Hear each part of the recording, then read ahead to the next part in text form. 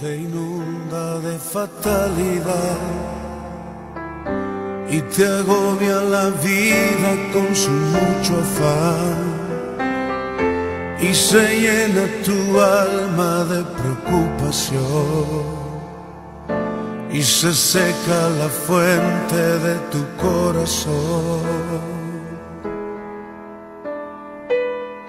Cuando quieras huir porque no puedes más, porque solo te sientes entre los demás y no hay más en tus ojos brillo y emoción, y se cierra tu boca porque no hay canción.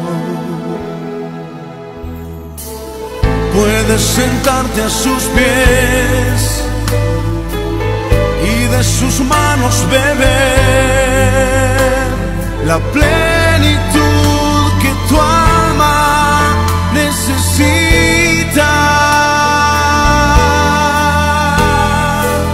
Puedes sentarte a sus pies y cada día tener una nueva canción y nueva vida. A sus pies hay paz, gracia y bendición.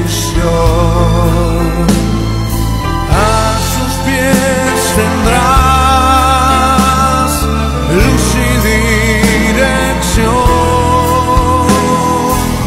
la plenitud en